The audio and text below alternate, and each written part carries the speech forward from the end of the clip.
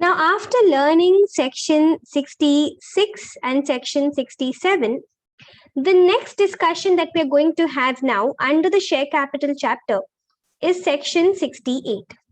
Section 68 is all about buyback of securities. This section is very, very important from the examination perspective. From here, you can get any type of a question. You can either get a straightforward theory question, just testing you on a specific step, or testing you on a specific process on a specific point, a straightforward theory question, or you may get a case study based question, or in rare scenarios, you may get some practical questions where you may require some calculations. This section, buyback of securities, talks about a concept, buyback, which I'm sure is not new for you. You would have already heard of buyback earlier. In fact, you would have also done accounting for buyback in your accounts subject, right? So it is not something totally new for you all. Now, when I talk about buyback, all right, remember your knowledge in accounts, your accounting knowledge, whatever accounting entries, whatever calculations you have learned under buyback will help you. Some of you would have already learned it. Some of you might not have finished that chapter until now.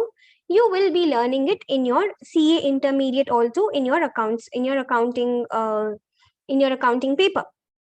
Even CA intermediate, even CS executive, all these courses in the intermediate level, in the inter level, in accounts paper, you do have accounting for buyback. So your accounting perspective, you will anyways be learning over there. Here in company law, we will look at buyback from the legal perspective. What does the law say? From Companies Act perspective, we are going to look at buyback. Now, when the company buys back securities, okay, the company's capital reduces. You agree with me? Companies buying back, companies taking away the securities back from you. Obviously, the company's capital will reduce, because after the company takes the shares from you, company is going to cancel the shares. So earlier, the company had 5 lakh shares outstanding. Out of that, let's say the company buys back 2 lakh shares. After the company buys back 2 lakh shares, those 2 lakh shares will be destroyed. Those 2 lakh shares will be cancelled. So from 5 lakh shares, the company's capital reduces to 3 lakh shares. Yes, there is a reduction of capital. But then section 66, reduction of share capital process, is not applicable here. If you want to avoid section 66 reduction of share capital, under section 68, you have a list of conditions, a big list of conditions. All those conditions have to be fulfilled.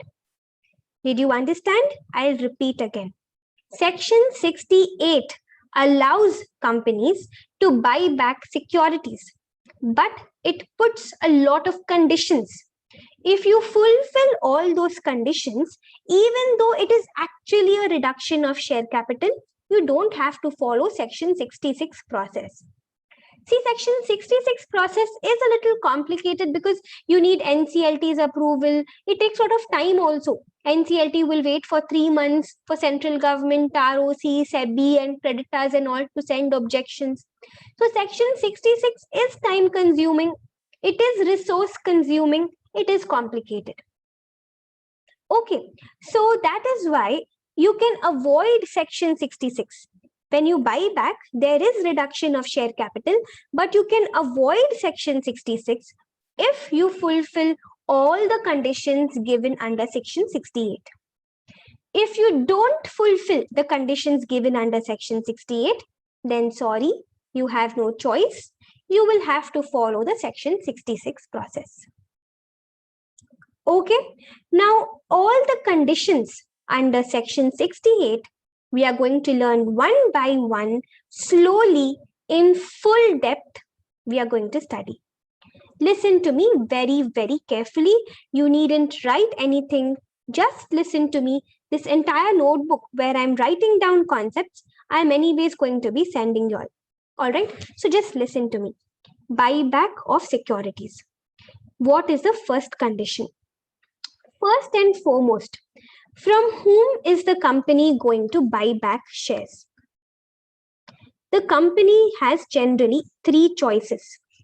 The company can buy back shares from its existing shareholders on a proportionate basis.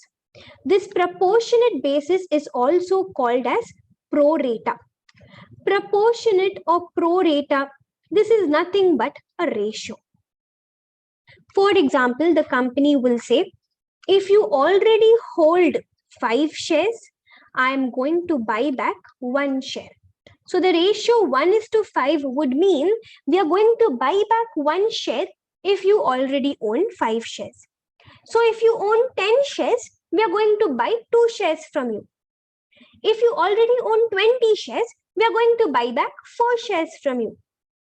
So when I say that the company can buy back securities from its existing security holders on a proportionate basis, it means that the company will come up with a ratio. How many shares do you hold? From that, how many shares are we going to buy back? So on a proportionate basis, from all the shareholders, on the basis of this ratio, the company will buy back shares. This is the first method. In the second method, the company again goes to its existing shareholders, but this time no ratio and all. The company straight away goes to the open market. Open market means what? If the company happens to be a listed company, the company will straight away go to the stock market. There, whoever is willing to sell the shares of the company, how many ever shares they are willing to sell, company will buy from there. Company can buy back shares from the open market. No ratio, nothing. Whoever is willing to sell the shares, how many ever shares they are willing to sell, no ratio, nothing. How many ever they are willing to sell, the company will buy back. Or third option, the company can also go to its employee shareholders. Sometimes the company might have given shares to employees either through the ESOPs route, employee stock option plan, or through the sweat equity shares route. Both these concepts we have already learned in depth, not going through it again. From whom is the company going to buy back the securities? First point. The company can buy back securities either from the existing security holders on a proportionate basis, on a pro rata basis, on the basis of a ratio, where depending upon how many shares the shareholder already owns, proportionately from all the shareholders, the company will buy some shares. Second method, company goes to the existing shareholders and buys shares from them in the open market. When I say open market, no ratio. Whoever is willing to sell, how many ever they are willing to sell, company will buy back. Okay, and lastly, the company may buy back shares from its employee shareholders. The employees of the company who have also become shareholders of the company, either because of ESOPs or because of sweat equity shares, company can buy back shares from them. Okay, now listen, this was my first point, from whom is the company going to buy back. Now listen to my second point. See, when the company buys back shares from the shareholders, will the shareholders give these shares back to the company for free? Of course not, right? They will expect some consideration from the company. The company is going to the shareholders and the company is buying back the shares from the shareholders. So obviously, the company has to give some consideration to the shareholders. This consideration is called the buyback price. So the company needs money to pay off the shareholders.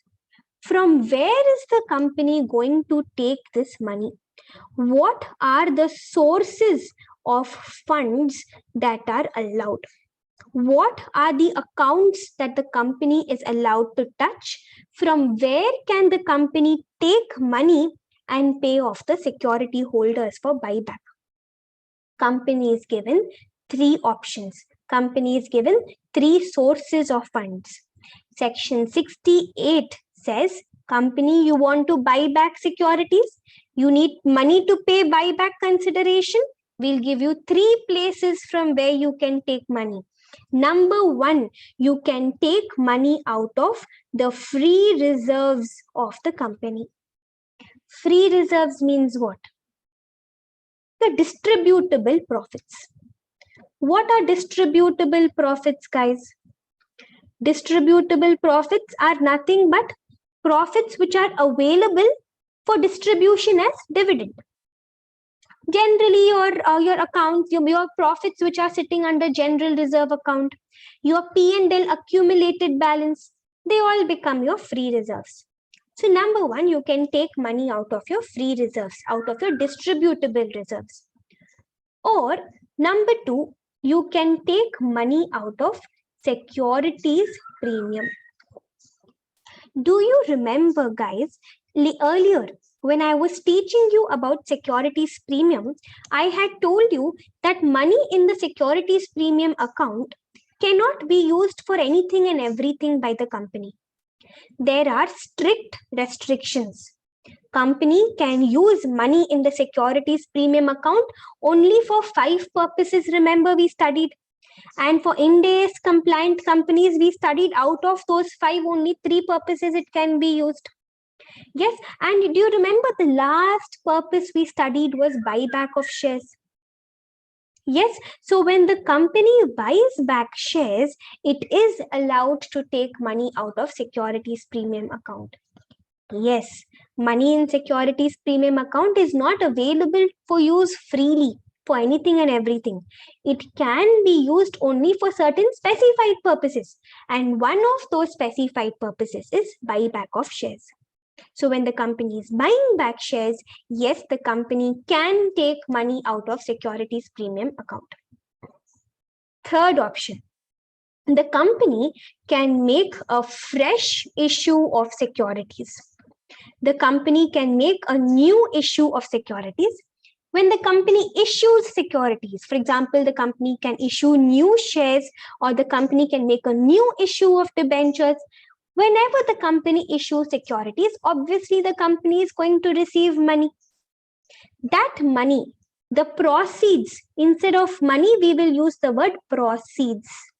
Proceeds of fresh issue of securities also can be used by the company to buy back shares. So, second concept under buyback.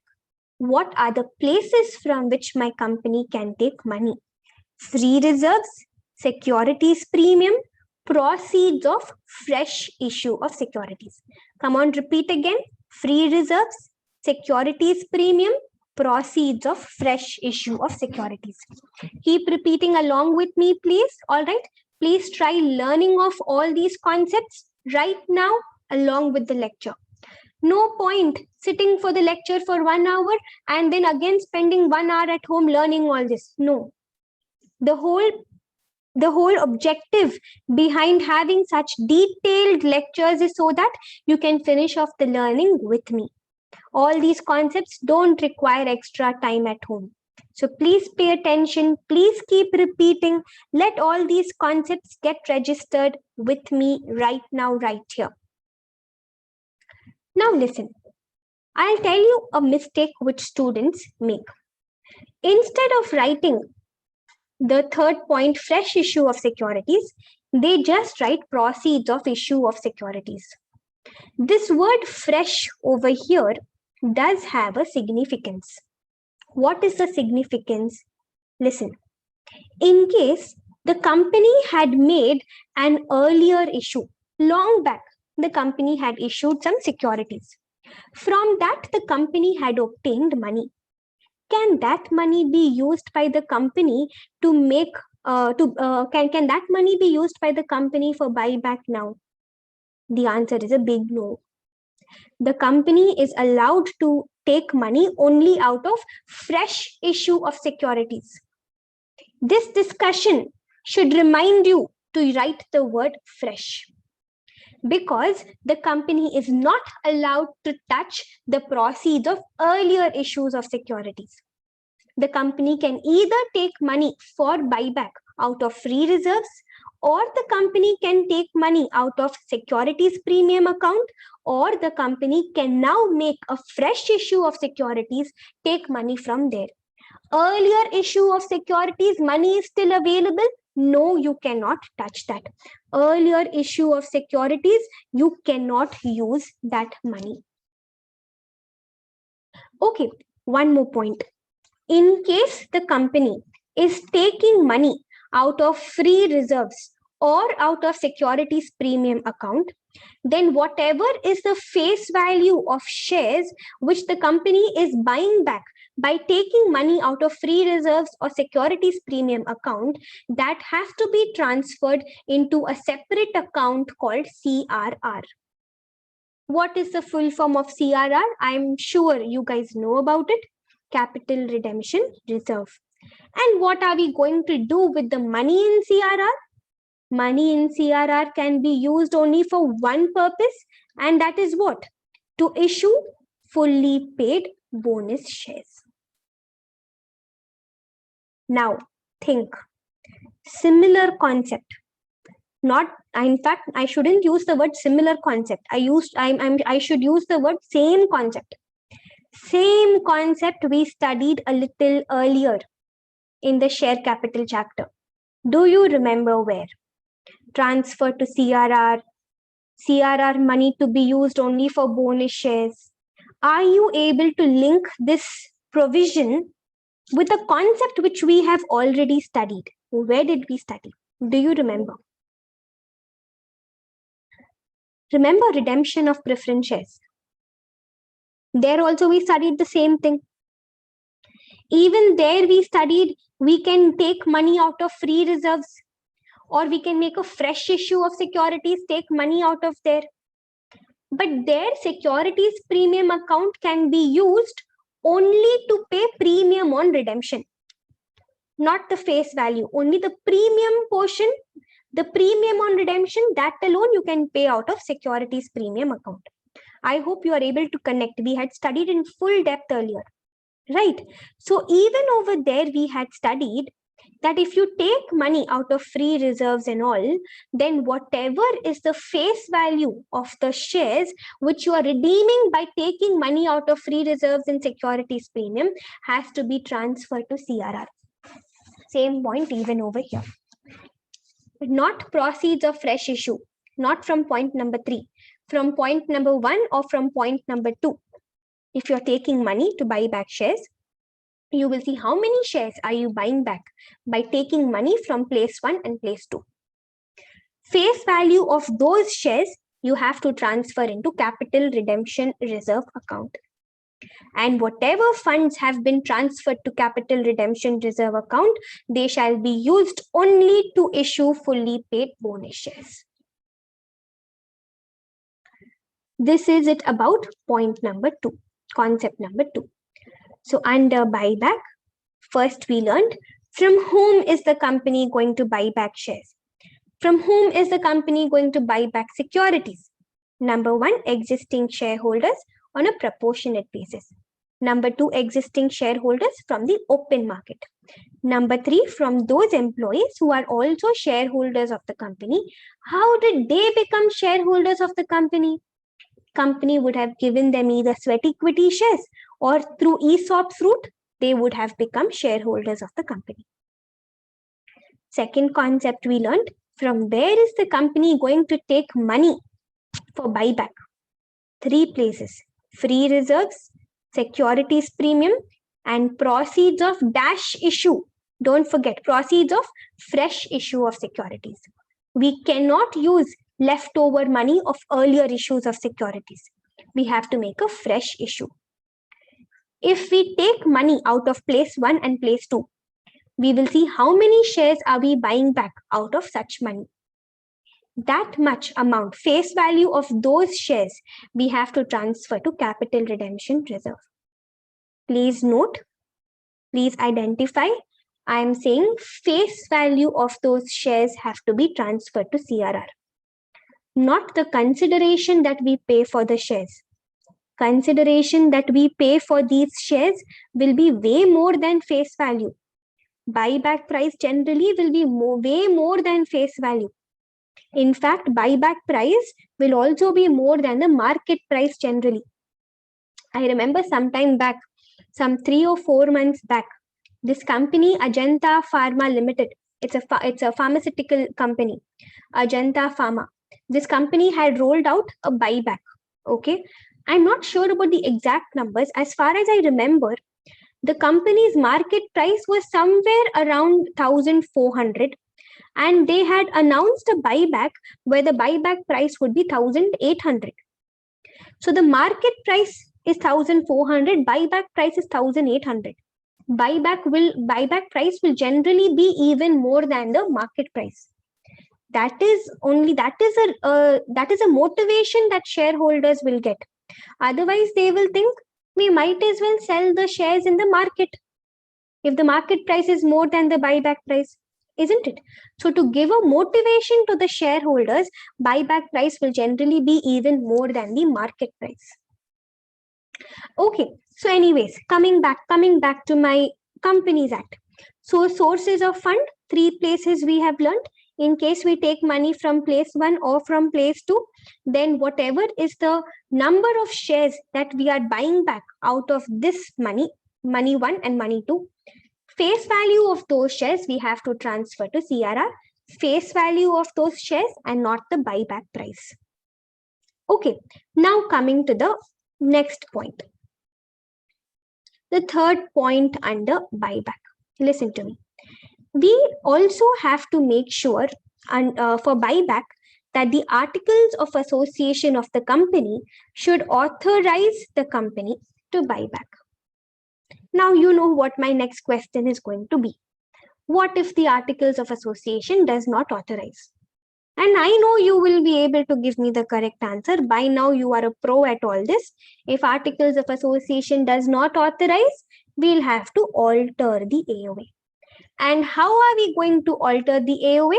You know very well, we are going to alter the AOA by passing a special resolution. And now you know what I'm going to ask you next. What is a special resolution? You know the answer. Special resolution means number of votes in favor should be at least 3 times number of votes against. Simple point. In so many places we have seen this. Now listen, the fourth point under buyback. We need some approvals. Okay, whose approvals do we need? Whose approval do we need depends on how much money are we going to spend on buyback. Okay, if the total funds which we are going to spend on buyback, is nothing but buyback price into how many shares are we going to buy back. Basically, total how much consideration is the company going to pay for the buyback. If the total amount which the company is going to spend for the buyback is within 10% of 3 things: paid up share capital plus free reserves plus securities premium account, then just a simple board resolution is required, nothing else. Okay, if the funds which we are spending for buyback, the buyback price into the number of shares which we are going to buy back, if the total amount which we are going to spend on buyback is within 10% of paid up share capital plus free reserves plus securities premium account, then a simple board resolution is enough. But if the company is going to spend more than 10% of paid up share capital plus free reserves plus securities premium, then just board resolution is not enough. We will also need an approval of shareholders. And how are we going to obtain this approval? We will obtain this approval in the form of a special resolution. Is this also clear? Yes. So how are we going to write this in the examination? You should say, if the total funds incurred for buyback or total funds utilized for buyback do not exceed 10% of paid up share capital plus free reserves plus securities premium account, then a board resolution will be sufficient. But if the company is going to spend more than 10% of paid up share capital plus free reserves plus securities premium for buyback, then a special resolution has to be obtained from shareholders.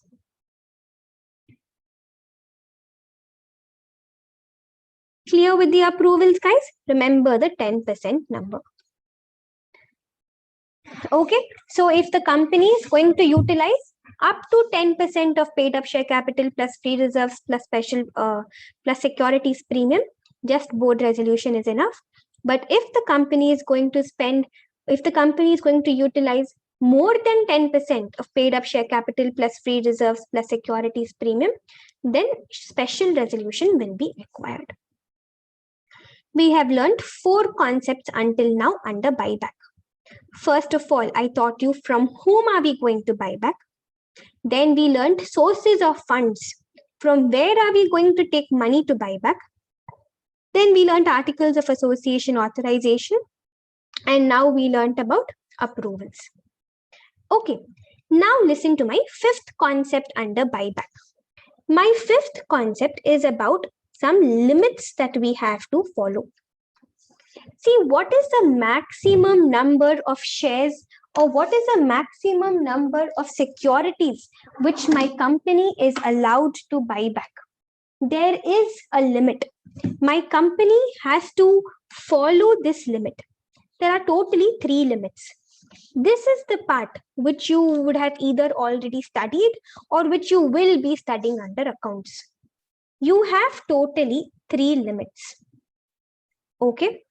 On the basis of all these 3 limits, you will find what is the number of shares which the company can buy back. Out of these 3 numbers, you will pick whichever is least. Company can buy back only that many securities. All right, I'll repeat again in case you did not follow. There is a limit. At the maximum, how many shares can the company buy back? There is a limit. There are totally 3 limits. On the basis of each of these 3 limits, independently, you will find out how many securities can the company buy back. So 3 limits, so 3 numbers you will have. Out of the 3 numbers, you will pick whichever is the least. That will be the number of securities that the company can buy back at the maximum. What are the 3 limits? Limit number 1.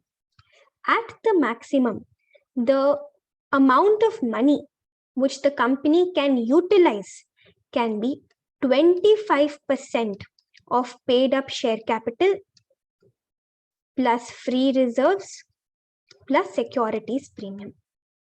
This is called the resource test. How much resource is the company investing, or how much resource or how much money is the company utilizing for buyback? At the maximum, company can use only 25% of paid up share capital plus free reserves plus securities premium. This is the first limit. The second limit is the shares outstanding test. At the maximum, how many shares can the company buy back?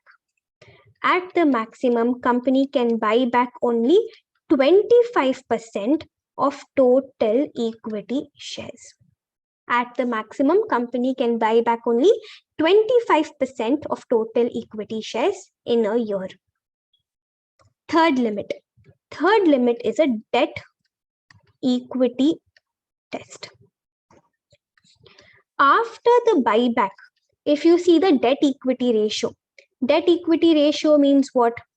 Debt by equity. This should be less than or equal to 2. Now here, what does equity mean? Here equity would mean same three things, guys. Paid up share capital plus free reserves plus securities premium. 3 tests, 3 limits. Independently you will calculate. You will get 3 numbers. Out of these 3 numbers, you will pick whichever is the least. That is the maximum number of shares that the company can buy back in the current year. First test, resource test. Second test, shares outstanding test. Third test, debt equity test. The first test tells us that at the maximum, the company can utilize only 25% of paid up share capital plus free reserves plus securities premium account. The second test tells us at the maximum, my company can buy back only 25% of the total equity shares outstanding in that year. The third test says after buyback, the company's debt equity ratio should not be more than 2. The debt equity ratio should be less than or equal to 2. In simple words, debt should be less than or equal to 2 times of equity. Equity means paid up share capital plus free reserves plus securities premium account. What did I say? Debt should be less than or equal to 2 times of paid up share capital plus free reserves plus securities premium. It should not be more than 2 after buyback. Okay. Now in the examination, you will not write these words: resource test, shares outstanding test, debt equity test. All that don't write in your law exam. All this is something which you will be learning in your accounting paper. Okay. But in your law paper, please do not write all these terms. Instead, you will have to write as proper sentences. The total funds being utilized for buyback should not exceed 25% of paid up share capital plus free reserves plus securities premium account. The total number of shares being bought back should not exceed 25% of shares outstanding in that year.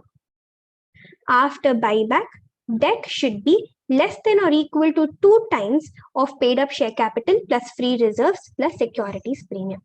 Do not worry how to write the limits in the examination. I'll give you a small note after I finish the entire discussion on buyback. Okay, so this is about the 3 limits. So under buyback, we first learned from whom can the company buy back shares. Then we learned from where can the company take money to pay the buyback price.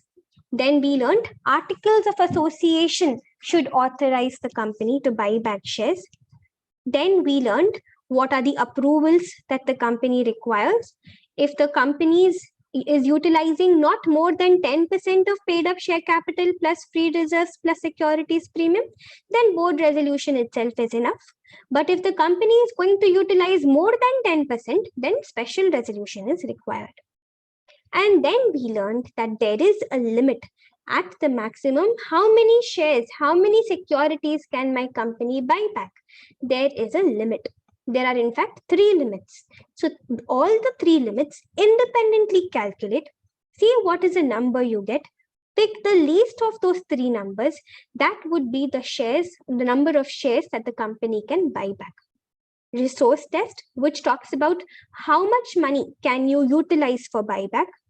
The second test, which is a shares outstanding test, which tells us how many shares, the number of shares which you can buy back. Even here you have the 25% number. Even here you have the 25% number. And number 3, the debt equity test, which says after buyback, the debt, total debt in the company should not be more than 2 times the equity of the company. Equity as in paid up share capital plus free reserves plus securities premium. In debt over here, you will consider both secured and unsecured debt. This is about your limits. Okay, now listen to the next part of the discussion. Before we buy back shares, we must make sure there is a precondition. Before we buy back shares, we must make sure that those shares are fully paid up. Now let's connect this concept with provisions which we have already studied. Can you try to recall where exactly did we study this fully paid up condition already? Can you think? I'll give you a moment. I'll give you a moment to pause and think. Where exactly did we study that, a precondition that shares have to be fully paid up? You have to check that shares are fully paid up.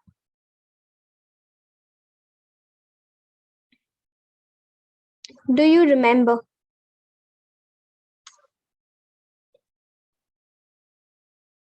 In fact, I remember we have discussed this in two places already. In two places, in two provisions, we saw that the shares have to be fully paid up. No, I'm not talking about section 67. I'm talking about two places where we saw that, before you do that particular thing, you are supposed to make sure that the shares are fully paid up. I'm not talking about section 67. Sometime even before that we learned. Even before section 67 we learned it in two places. I'll tell you. Number one, when we learned about redemption of preference shares, even there we learned that before we redeem preference shares, we should make sure that the shares are fully paid up.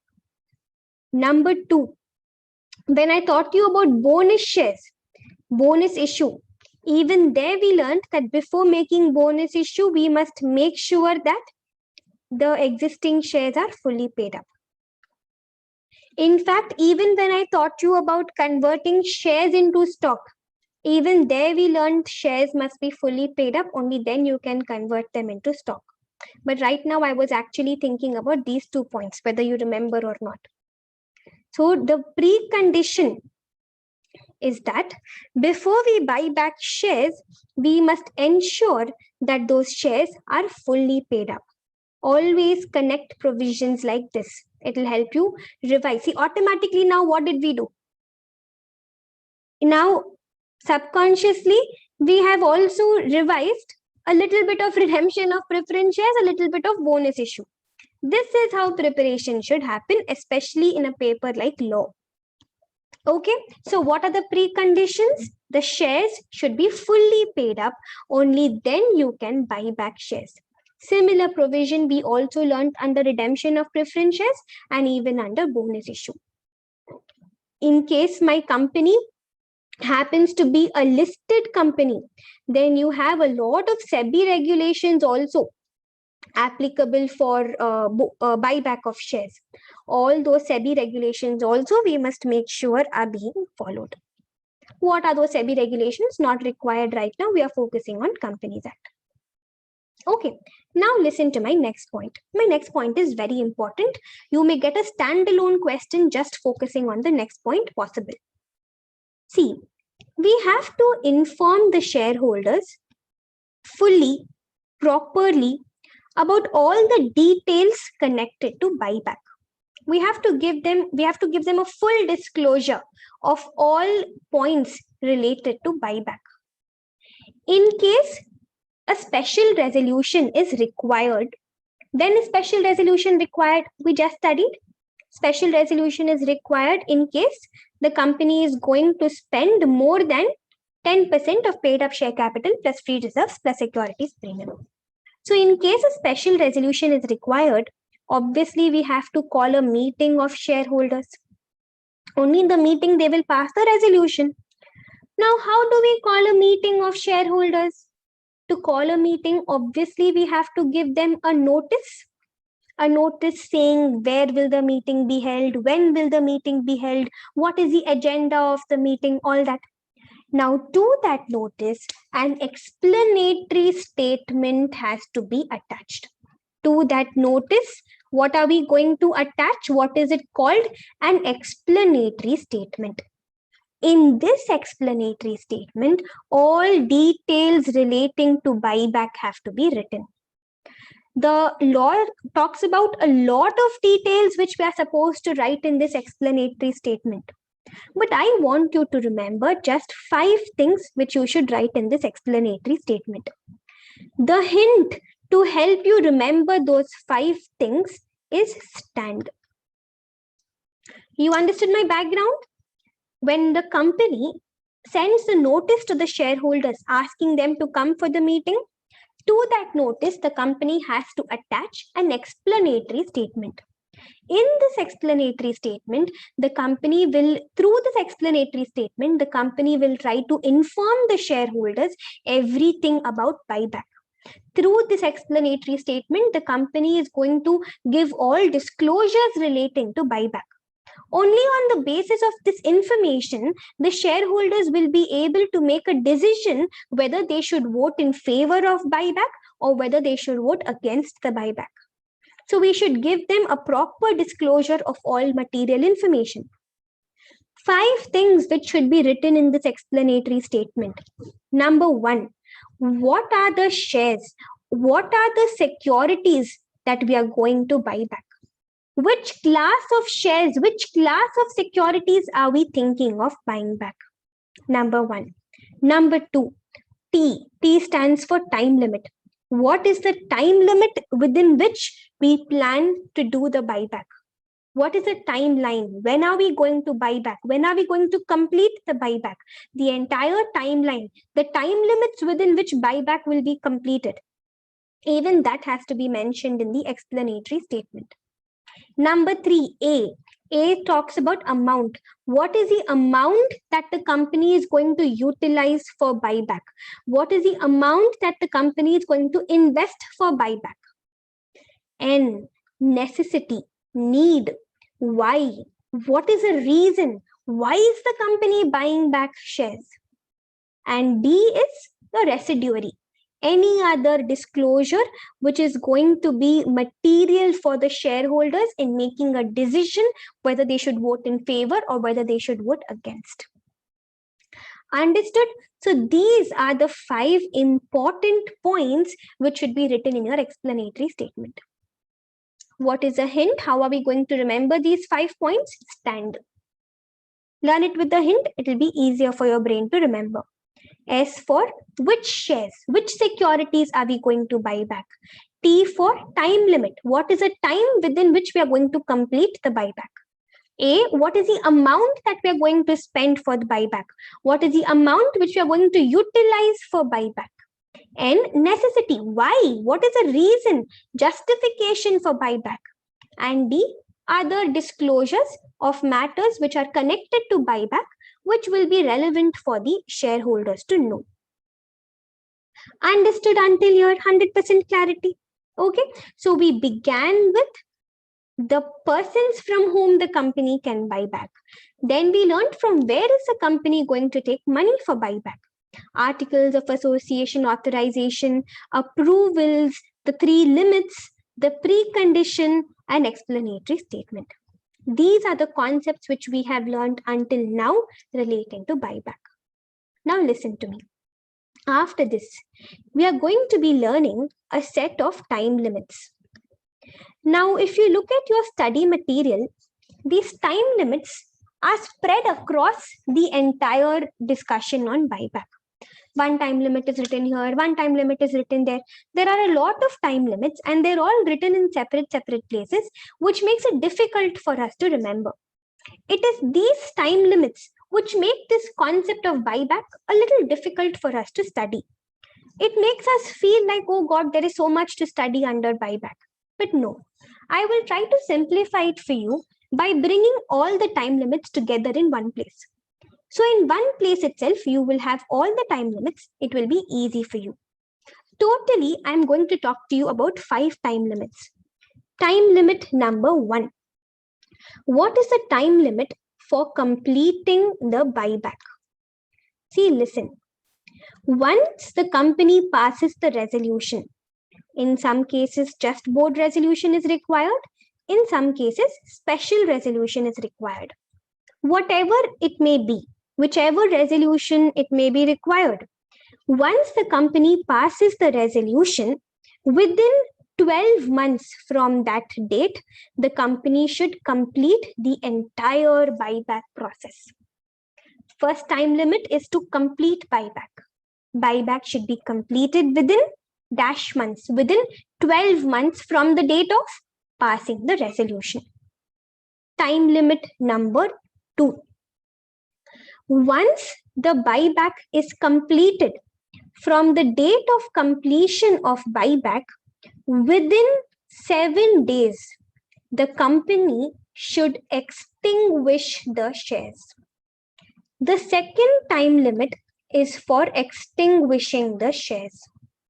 The shares which have been bought back have to be extinguished within 7 days from the date of completing the buyback.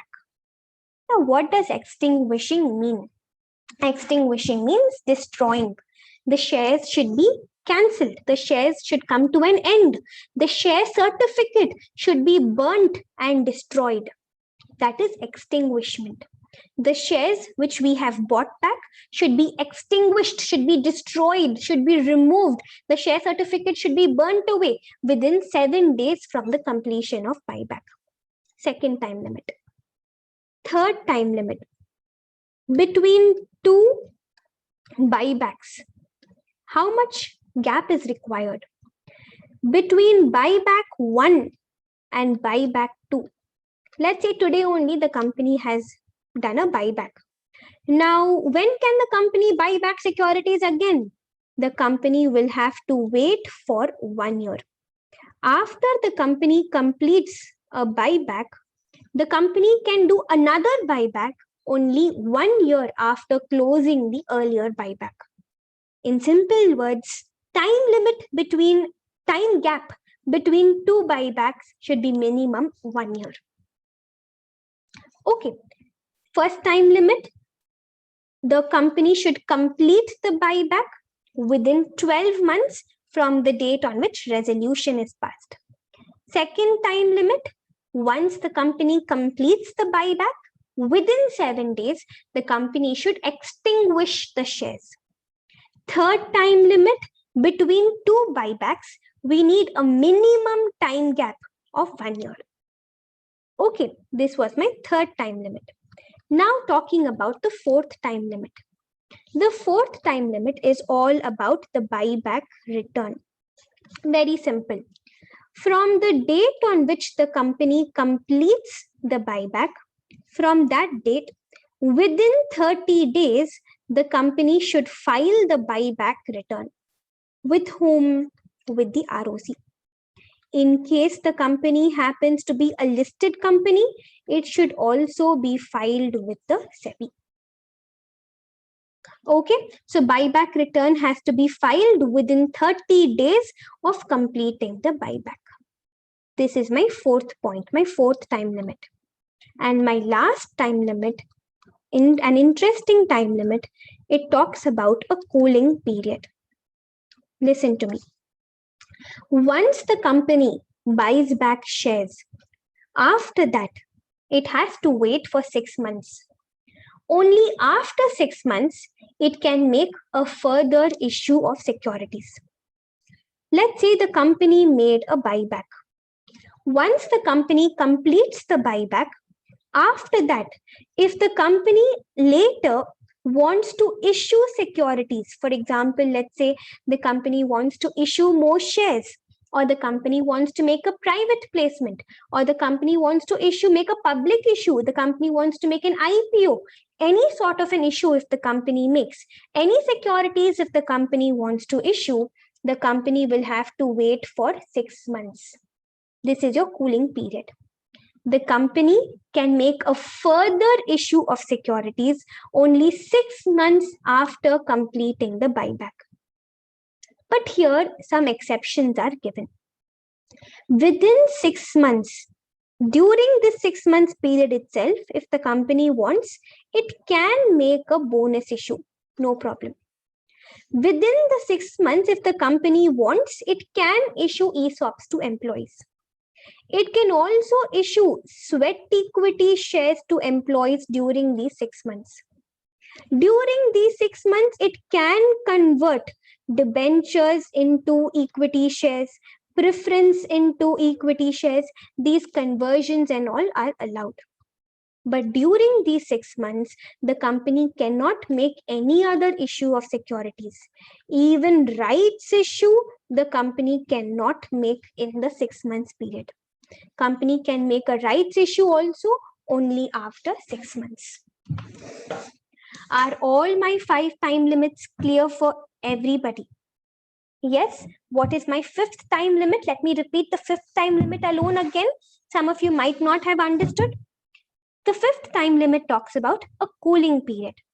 Once the company completes a buyback, after that, later, if the company wants to make a further issue of securities, company will have to wait for 6 months. In this 6 months period, right after completing buyback, the company cannot make any subsequent issue of securities. There's a cooling period of 6 months. But in this 6 months, the company can make a bonus issue. The company can issue ESOPs to employees. The company can issue sweat equity shares to employees. Company can also convert debentures to equity, preference to equity. All this is allowed. But any other issue, rights issue, all that you'll have to wait for 6 months. These are your 5 time limits. Shall we run through the time limits once again? First time limit, once the resolution is passed, within 12 months, the company shall complete the buyback. Once the buyback is completed, within 7 days, the shares should be extinguished. Once the buyback is completed, for the second buyback, company will have to wait for 1 year. Once the buyback is completed, within 30 days, company shall file a buyback return with 2 people, with the ROC and with the SEBI. SEBI will obviously get involved only if it is a listed company. And once the buyback is completed, we have a cooling period of 6 months. Within the 6 months period, the company cannot make a subsequent issue of securities. That is it. I know you have notes in your hand in which all these time limits are written. But still, I am going to give you exactly 2 minutes time right now to quickly write down these time limits in your notebook. There is a reason why. There are 2 reasons actually. Number 1, when we write down something, we remember it for a longer time. And the bigger reason, the second reason, in your notes, these time limits are written as theory points. But right now, I want you to write down these 5 limits in your notebook in exactly the same way in which I have depicted on your screens over here. This method of writing will make it easier for you to revise the day before your exam. The day before your exam, when you're flipping through your pages, you look at this, in a minute, revision will get completed. So come on, exactly the same manner, please write down in your notebooks. I'll wait for you all. I'll give you exactly 2 minutes. Come on, quick.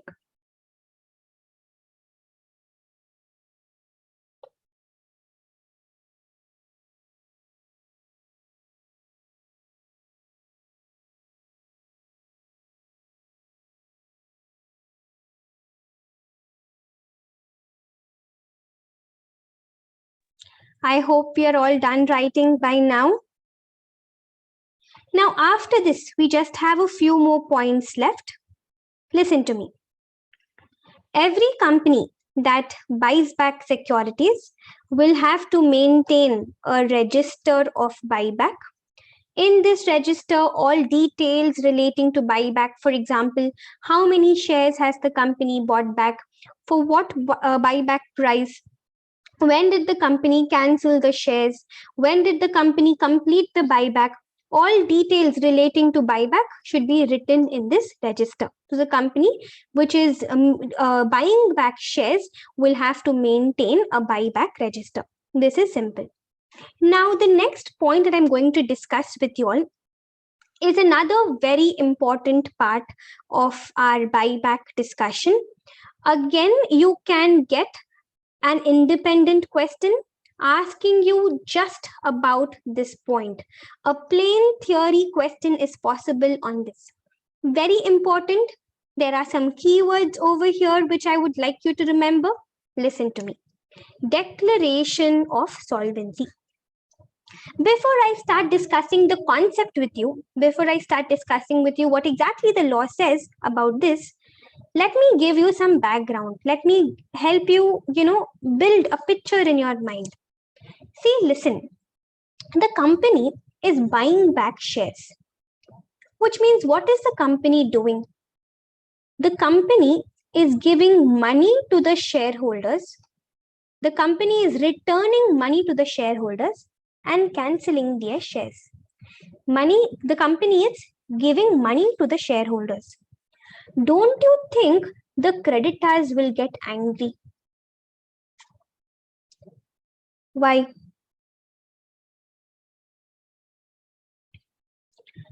Don't you think the creditors of the company will get angry?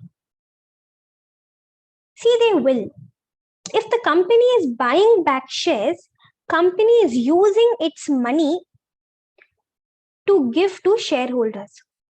But if the company has money with it, isn't the company supposed to use this money first to repay the outsiders, to repay the creditors? Same logic which we learned even in reduction of share capital. Yes, if the company has money, the company is supposed to use this money and repay the creditors.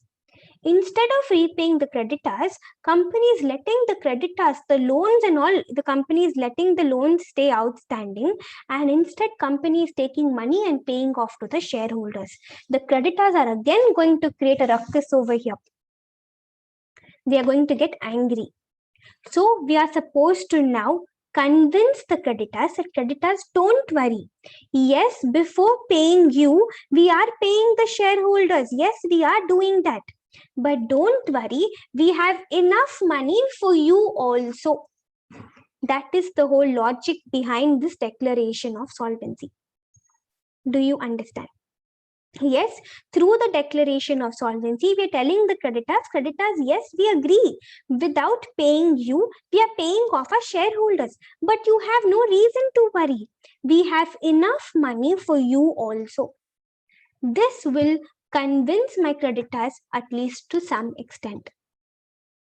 Now, this declaration of solvency has to be signed by at least 2 directors. It has to be signed by minimum 2 directors, and one of these directors should be the managing director of the company. There is a format. It should be in the prescribed format. It should follow the prescribed form. Before buying back, the company will have to file this declaration of solvency with the ROC and the SEBI. SEBI, obviously, only if it is a listed company. Before buyback, first file this declaration, only then you can do the buyback. This declaration should also be verified by an affidavit. What is affidavit? Something like a written oath. It's like a written oath, like a written declaration.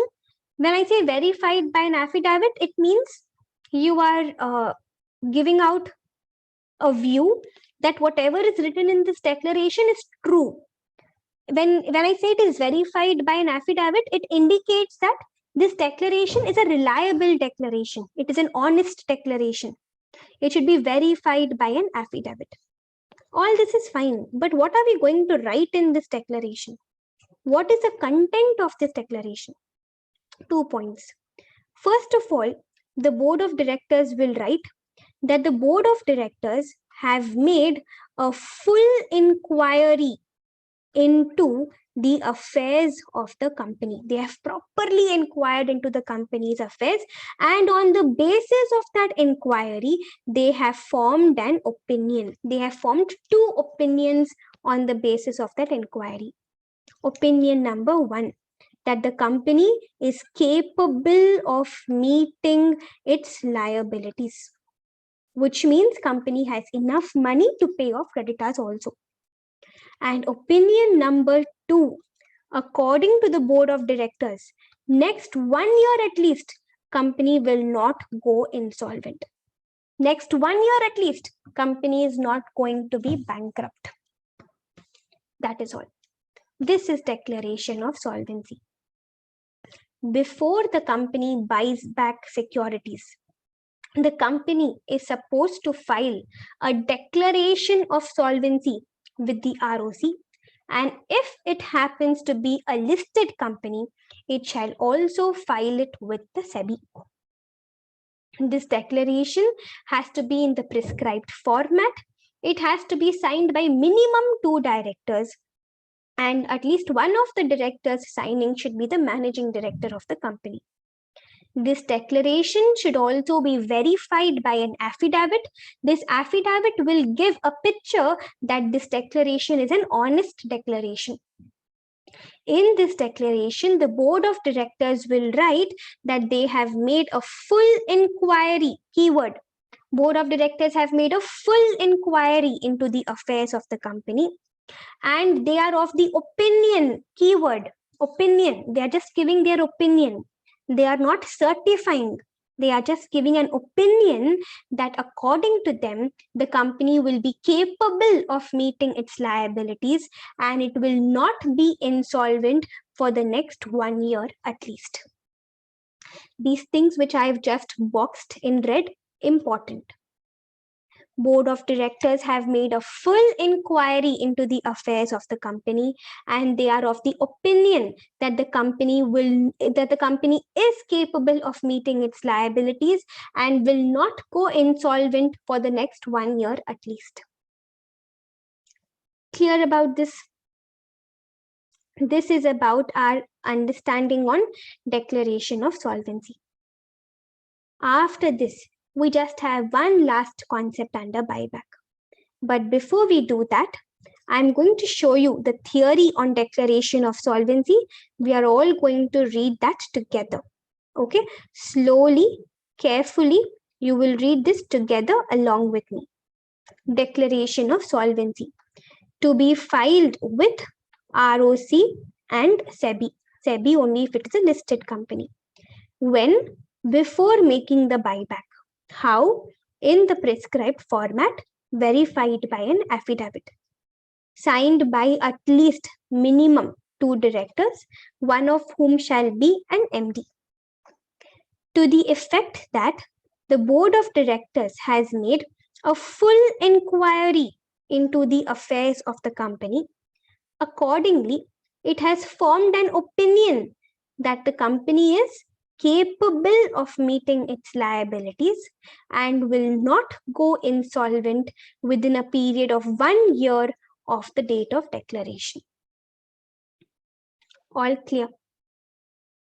Did we understand this discussion?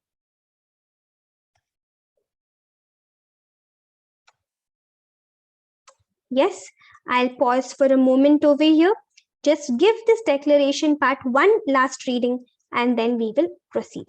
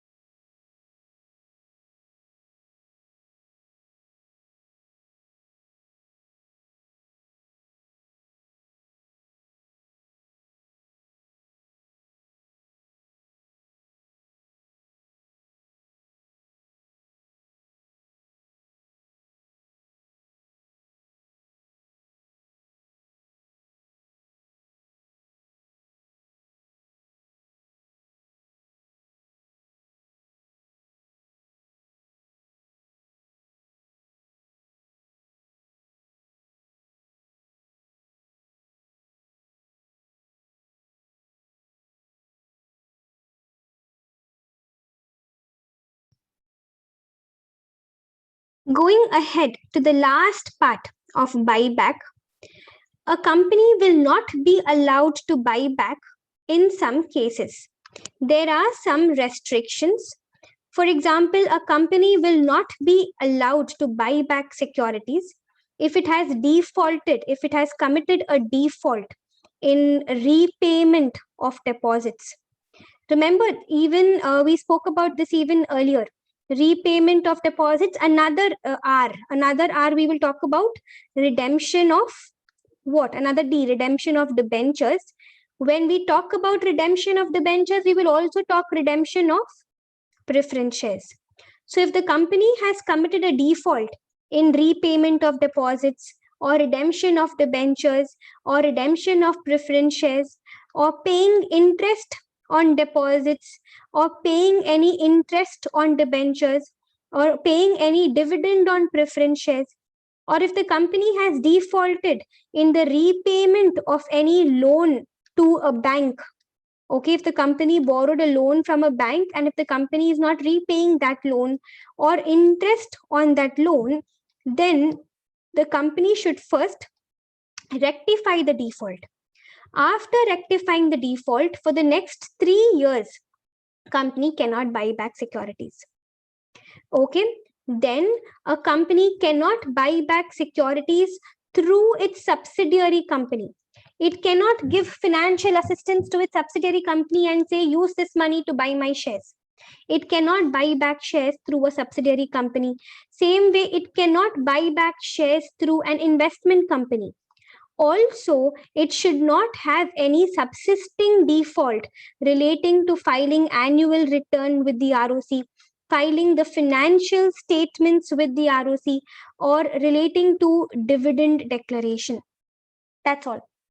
So if the company has committed a default, all right, relating to repayment of deposits, redemption of debentures, redemption of preference shares, paying the interest or dividend to them, or repayment of a loan borrowed from a bank, then rectify the default. And for the next 3 years, you cannot buy back shares. Only after that, you can buy back shares. Company cannot buy back shares through a subsidiary company, through an investment company. And also, if it commits a default relating to, filing annual return with the ROC or filing financial statements with the ROC, or if it has any subsisting default relating to dividend, it will not be allowed to buy back securities. That is it with our discussion on buyback.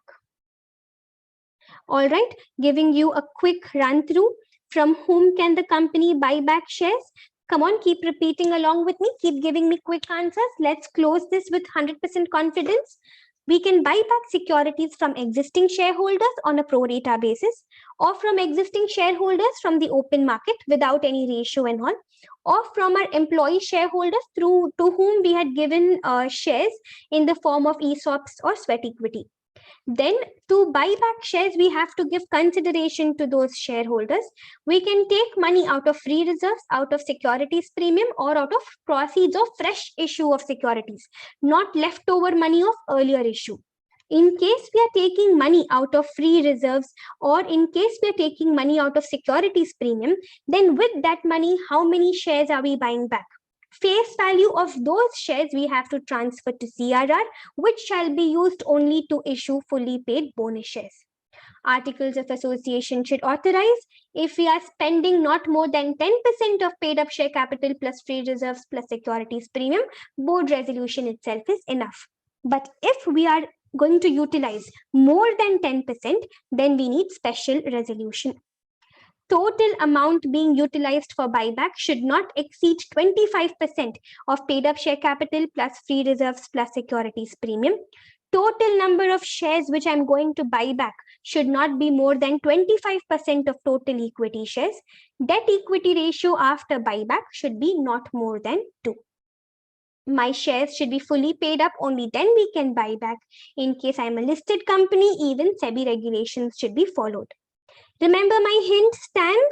Yes, in the explanatory statement, we'll have to write which class of shares or securities are we buying back, what is the time limit within which we are going to complete the buyback, what is the amount which we are going to spend for buyback, what is the necessity, what is the need, what is the justification, why are we buying back, and disclosure of any other material fact. We must complete the buyback within 12 months of passing the resolution.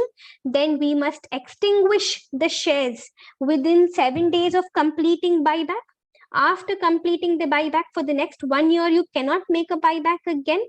After completing the buyback within 30 days, file a buyback return with ROC and SEBI. SEBI only if it's listed company. Cooling period 6 months, within which you cannot make a further issue of securities. You'll also have to maintain a register of buyback. Company will also have to file a declaration of solvency with ROC and SEBI before making the buyback.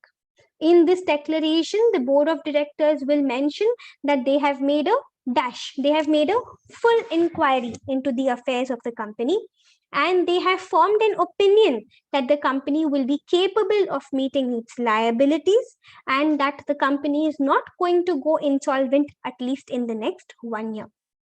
And lastly, we learned that in case my company has defaulted in repayment of deposits, redemption of preference shares, redemption of debentures, paying interest or dividend on them, repayment of loans to bankers, then the company should rectify the default, and for the next 3 years, the company cannot buy back shares.